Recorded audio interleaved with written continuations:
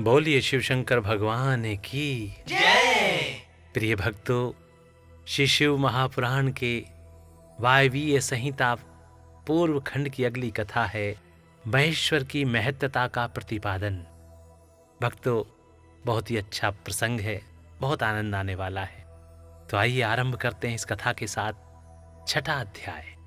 वायु देवता कहते हैं, हे महर्षियों, इस विश्व का निर्माण करने वाला कोई पति है जो अनंत रमणीय गुणों का आश्रय कहा गया है। वही पशुओं को पाश से मुक्त करने वाला है। उसके बिना संसार की सृष्टि कैसे हो सकती है? क्योंकि पशु अज्ञानी और पाश अचेतन है।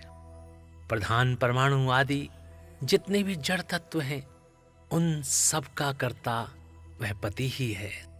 यह बात स्वयं समझने में आ जाती है।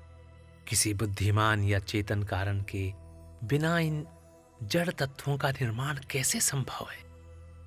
पशु, पाश और पति का जो वास्तव में पृथक पृथक स्वरूप है, उसे जानकर ही ब्रह्मवेत्ता पुरुष योनि से मुक्त होता है। क्षर और अक्षर ये दोनों एक दूसरे से संयुक्त होते हैं। पति या परमेश्वर ही व्यक्ताव्यक्त जगत का भरण पोषण करते हैं। वे ही जगत को बंधन से छुड़ाने वाले हैं।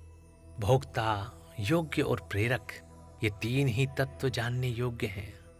विज्ञ पुरुषों के लिए इनसे भिन्न दूसरी कोई वस्तु जानने योग्य नहीं है। सृष्टि के आरंभ में एक ही रुद्रदेव विद्यमान रहते हैं, दूसरा कोई नहीं होता। वे ही इस जगत की सृष्टि करके इसकी रक्षा करते हैं और अंत में सबका संहार कर डालते हैं। उनके सब और नेत्र हैं, सब और मुख हैं, सब और भुजाएं हैं और सब और चरण हैं। वे ही सबसे पहले देवताओं में ब्रह्मा जी को उत्पन्न करते हैं। श्रुति कहती है कि रुद्रदेव सबसे श्रेष्ठ महान ऋषि हैं। मैं इन महान अमृत स्वरूप अविनाशी पुरुष परमेश्वर को जानता हूं। इनकी अंग कांति सूर्य के समान है। ये प्रभु अज्ञान अंधकार से परे विराजमान है। विश्वस्माधिको रुद्रो महर्षिरिति ही श्रुतिः वेदाहमेतं पुरुषं महान्तं व्रतं ध्रुवम् आदित्यवर्णं तमसः परस्तात् संस्थितं प्रभुवम्। इन परमात्मा से परे दूसरी कोई वस्तु नहीं है। इनसे अत्यंत सूक्ष्म और इनसे अधिक महान भी कुछ नहीं है। इनसे यह सारा जगत परिपूर्ण है। इनके सब और हाथ, नेत्र, पैर, मस्तक, मुख और कान हैं। ये लोक में सबको व्याप्त करके स्थित हैं। ये संपूर्ण इंद्रियों के विषयों को जानने वाले हैं, परंतु वास्तव में सब इंद्रियों से रहित हैं। सबके स्वामी, शासक, शरणदाता और सुहृदय हैं। ये नेत्र के बिना भी देखते हैं और कान के बिना भी सुनते हैं। ये सबको जानते हैं, किंतु इनको पूर्ण रूप से जानने वाला कोई नहीं है। इन्हें परम पुरुष कहते हैं।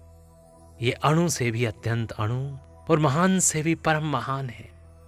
ये अविनाशी महेश्वर इस जीव की हृदय गुफा में निवास करते हैं। सर्वतः पाणिपादोऽयं सर्वतोऽक्षि शिरोमुखः सर्वतः श्रुतिमान् लोके सर्वमावित्यः तिष्ठति सर्वेन्द्रियगुणाभास सर्वेन्द्रियः विवर्जितः सर्वस्य प्रभुरीशानः सर्वस्य शरणं सुहृदय अचक्षुरपि यः पश्यत्यकर्णोऽपि शृणोति यः सर्वं वेत्ति न वेत्तास्य तमाहु पुरुषं परम् अणोरणीयान् महतो महीयान् यमव्ययः गुहायं निहितश्चापि जनतोरस्य महेश्वरः। एक साथ रहने वाले दो पक्षी एक ही वृक्ष शरीर का आश्रय लेकर रहते हैं। उनमें से एक तो उस वृक्ष के कर्म रूप फल का स्वाद ले लेकर उपभोग करता है, किंतु दूसरा उस वृक्ष के फल का उपभोग न करता हुआ केवल देखता रहता है।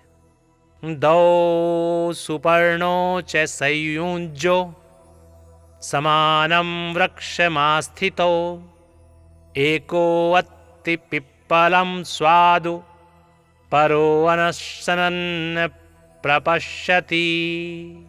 जीवात्मा इस वृक्ष की प्रति आसक्ति में डूबा हुआ है, अतः मोहित होकर शोक करता रहता है।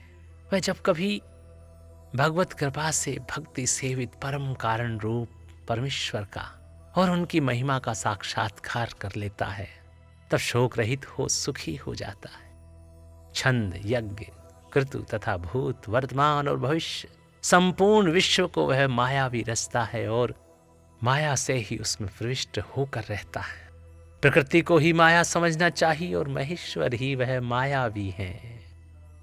छंदांसि यज्ञाः कृत्वो यद्भूतं भव्यमेव च माया विश्वं सजत्यस्मिन् विष्टो मायया परः मायां तु प्रकृतिं विद्यान्मायिनं तु महेश्वरः।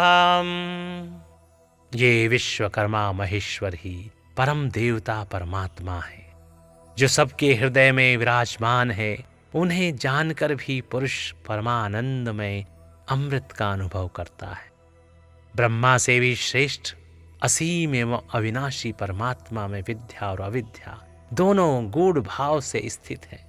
विनाशशील जड़ वर्ग को ही यहाँ अविद्या कहा गया है और अविनाशी जीव को विद्या नाम दिया गया है, जो उन दोनों विद्या और अविद्या पर शासन करते हैं।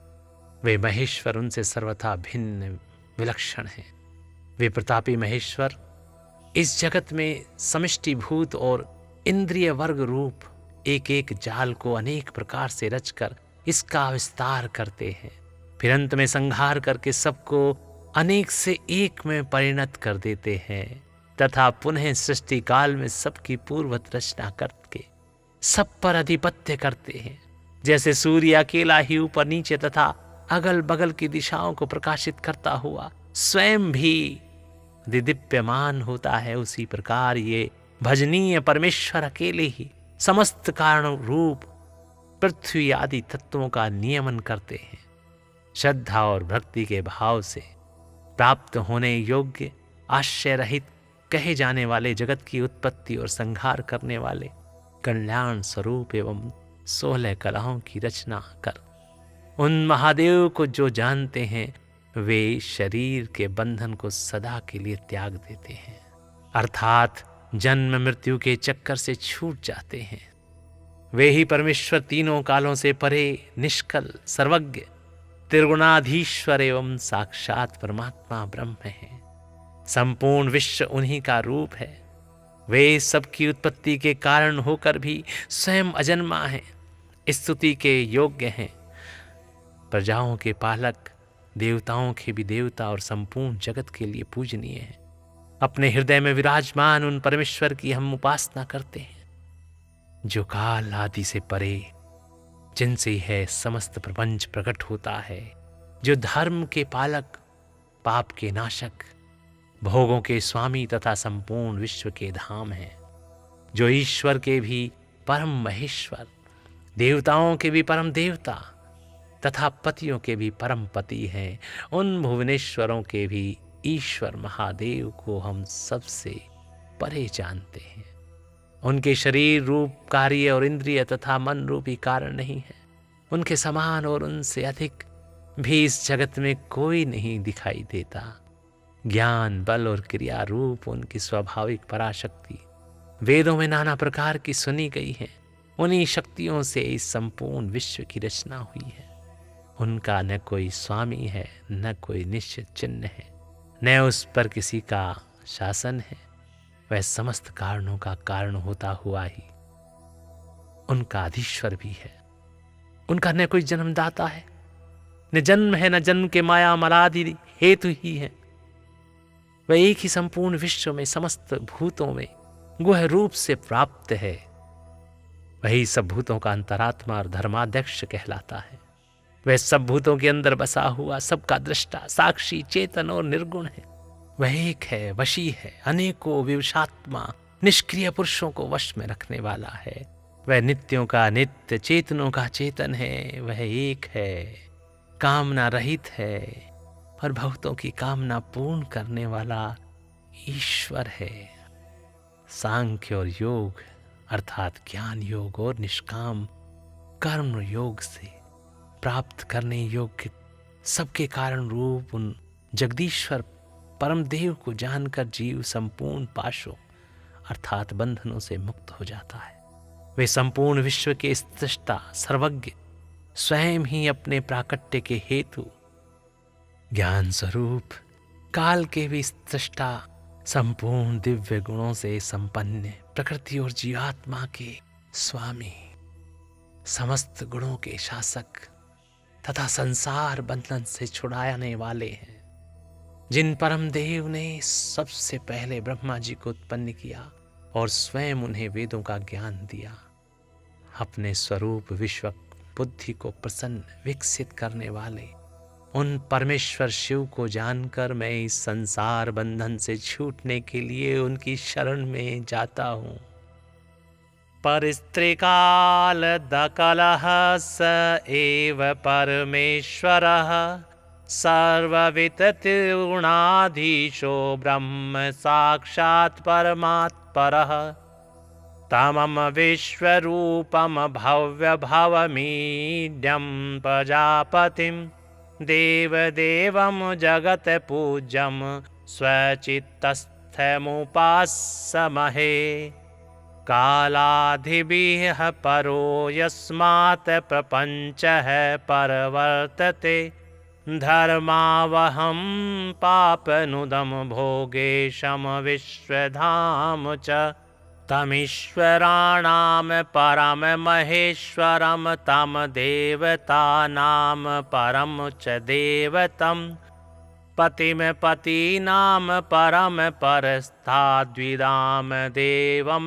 भुवनेश्वरेश्वरं न तस्य विद्यते कार्यं कारणं च न विद्यते न तत्समोऽधिकश्चापि कवचि जगत् दृश्यते परास्य विविधा शक्तिः श्रुतोः स्वाभाविकी श्रुता ज्ञानं बलं क्रिया चैव याभ्यो विश्वमिदं कृतं न तस्यास्ति पतिः कश्चिनेव लिङ्गं न चेशिता कारणं कारणानां च स तेषामधिपाधिपः न चास्य जनिता कश्चिन च जन्म कुतश्चिन न जन्म हेतवस्त्वदीनमल्लमायादिसंज्ञका स एकः सर्वभूतेषु गूढो व्याप्तश्च विश्वतः सर्वभूतान्तरात्मा च धर्माध्यक्षः स कथ्यते सर्वभूताधिवासश्च साक्षी चेता च निर्गुणः एको वशी निष्क्रियाणां बहूनां विवशात्मनां नित्यानां पयसो नित्यसचेतनानां च चेतनः एको बहूनां चाकाम कामानि स प्रयच्छति सांख्ययोगधिगम्यं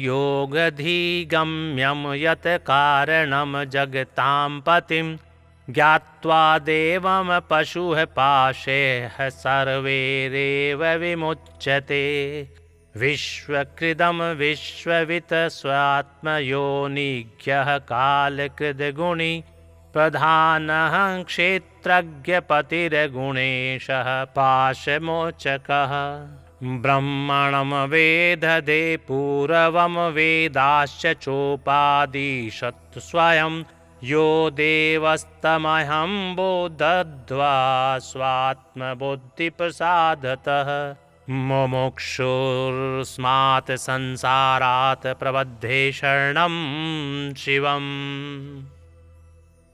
अतः संक्षेप से है सिद्धांत की बात सुनो। भगवान शिव प्रकृति और पुरुष से परे हैं। वे ही सृष्टि काल में जगत को रचते और संसार काल में पुनः सबको आत्मसात कर लेते हैं। बोले शिव शंकर भगवान की जय। प्रिय भक्तों, इस प्रकार यहाँ पर श्री शिव महापुराण के वायवीय संहिता पूर्व खंड की ये कथा और छठा अध्याय यहीं पर समाप्त होते हैं। तो श्रद्धा के साथ बोलिए शिव शंकर भगवान की जय। आनंद से ओम नमः शिवाय, ओम नमः शिवाय, ओम नमः शिवाय।